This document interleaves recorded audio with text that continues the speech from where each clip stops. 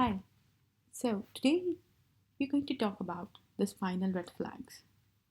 So, have you ever had a patient who's come in with a spinal pain and you're wondering that he's not actually following the mechanical kind of pattern with regards to his pain, and you wonder if there is anything extra or there is anything else going on with regards to his pain? Hi, this is Kritika here, and I'm from Physio Tribe, and today we are going to talk about the spinal red flags. So, what are red flags? Red flags are basically signs and symptoms that raise suspicion of a serious spinal pathology. We are going to talk about the most common spinal red flags that you would encounter in your regular assessment. And the first and the most important one is the cauda equina syndrome. Now, we have discussed this in detail with regards to the cauda equina in one of my other videos. But to brief it up or to sum it up over here, the symptoms that you're looking for is a loss of sensation or loss of motor power, reduced saddle sensation, urinary incontinence or retention, or bowel incontinence, and loss of libido. The next one that we are going to talk about is a spinal fracture. Now, with regards to spinal fracture, we could have an osteoporotic fracture or a traumatic fracture. The risk factors for an osteoporotic fracture would be obviously a previous history of osteoporosis, prolonged use of corticosteroid because that makes your bone more vulnerable for fractures, a previous history of cancer, female and older age, and a previous history of spinal fracture would obviously raise a suspicion of index for an osteoporotic fracture.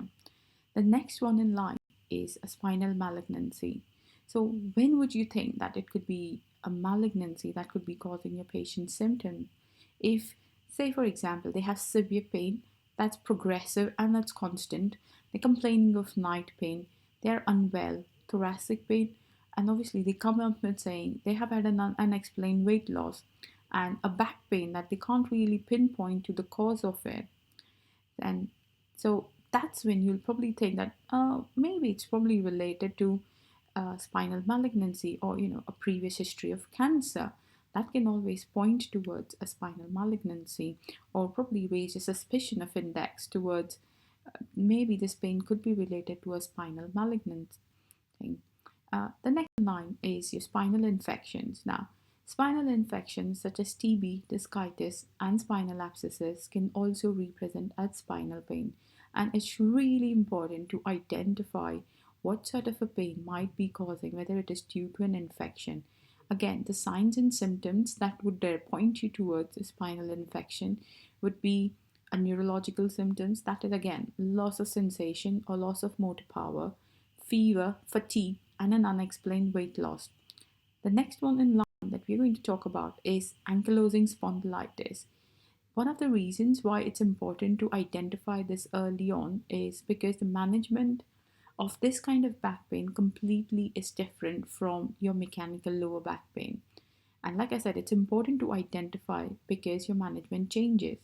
So if you have a patient who's got a back pain and they're less than 35-year-old, they have inflammation in their eyes and morning stiffness that lasts for an hour, the pain that obviously reduces with activity and worsens with rest, that would point you towards to more of an inflammatory or as an ankylosing spondylitis kind of a pain. So guys, this is all from me, and thank you so much. And if you have any questions, please you can put it in the comment box. You can like, subscribe to our channel. Thank you.